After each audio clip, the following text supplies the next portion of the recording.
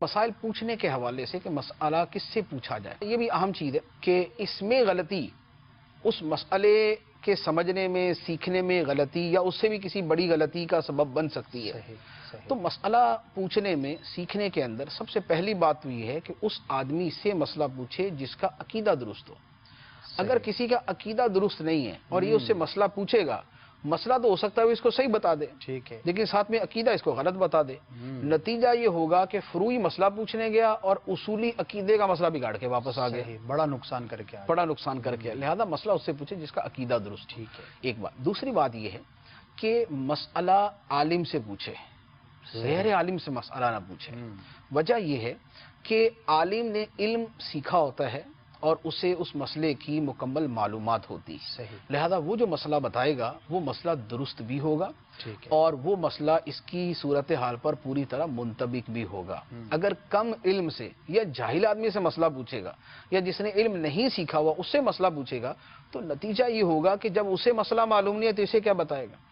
اسے بھی غلط بتا دے گا یا اسے پورا نہیں بتائے گا، اور نتیجہ یہ ہوگا کہ آدمی غلط مسئلے پر ہی عمل کرتا رہے گا اور اپنے طور پہ صحیح سمجھ رہا ہوگا، اور اپنے طور پہ صحیح سمجھ رہا ہوگا۔ اور ہمارے زمانے میں بہت بڑی غلطی یہی ہے، کیونکہ ہمارے زمانہ وہ ہے جو یعنی پوری طرح تو وہ نہیں ہے لیکن بہت بڑا حصہ اس کی طرف بنتا جا رہا ہے۔ وہ یہ ہے، حدیث مبارک میں فرمایا گیا کہ ایک زمانہ ہوگا اللہ تعالیٰ علماء کو اٹھا لے گا تو لوگ جاہلوں کو اپنا سردار بنا لیں گے۔ اتخذ الناس رؤوسا جہالا فافتوا بغیر علم فضلوا واضلوا، لوگ جاہلوں کو اپنا سردار بنا لیں گے اور ان جاہلوں سے مسائل پوچھیں گے تو وہ جاہل انہیں فتوے دیں گے اور وہ جاہل خود بھی گمراہ ہوں گے سردار، اور ان پوچھنے والوں کو بھی گمراہ کریں گے۔ ہمارے زمانے میں مسائل صحیح بتانے والے بھی کم تعداد میں نہیں، ٹھیک ہے، لیکن غلط بتانے والے بھی کم تعداد میں۔ ہمارے یہاں مسائل بتانے والوں کا وہ حال ہے کہ ایک آدمی اس نے یعنی علم دین باقاعدہ نہیں پڑھا ہوا کہ اس کا مسائل سیکھنے کا ذوق ہے، اس کا مسائل پہ جو ہے لوگوں سے گفتگو کرنے کا شوق ہے، علماء سے اس کی جو ہے وہ بات چیت ہوتی ہے، کتابیں وہ پڑھتا ہے، پختہ علم دوسروں سے حاصل کرنے کی کوشش کرتا ہے، ایسا کچھ بھی نہیں ہے۔ اس نے صرف ایم.اے اسلامیات کیا ہوا ہے اور اس نے 4 سورتوں کا ترجمہ پڑھا ہوا ہے اور اس نے 6-7 ابواب کے تھوڑے تھوڑے مسائل پڑھے ہوئے، ہدایہ کی تھوڑی بہت باتیں پڑھی ہوئی ہیں، اصول شاشی پڑھی ہوئی ہے۔ اب وہ جناب بیٹھا ہوتا ہے کسی چینل کے اوپر یا وہ کسی جگہ بیٹھا ہوگا اور وہ لوگوں کو دنیا جہان کے جملہ معاملات کے اندر شرعی مسائل کا جواب دے رہا ہوگا، جو پوچھو اس کا جو پوچھے گا وہ اس کو جواب دے رہا ہوگا۔ تو جب ایسے لوگوں سے مسئلہ پوچھا جاتا ہے کہ جنہوں نے علم حاصل نہیں کیا تو پھر وہ خود بھی گمراہ ہوتے ہیں اور دوسروں کو بھی گمراہ کرتے ہیں، کیونکہ جس نے پورا علم نہیں حاصل کیا ہوتا نا اس کی پوری تربیت بھی کبھی نہیں ہوتی۔ جب اس کی پوری تربیت نہیں ہوتی تو اسے یہ کہنا کہ مجھے مسئلہ نہیں آتا یہ اس کو کسی نے سکھایا نہیں ہوتا، اور یہ جو ہے یہ علم کی بنیادوں میں سے ہے کہ جو مسئلہ نہیں آتا اس کے اوپر بول دے کہ میں نہیں جانتا اس مسئلے کو، میں دیکھ کر بتاؤں گا یا میں پوچھ کے بتاؤں گا یا آپ کسی اور سے پوچھ لیں۔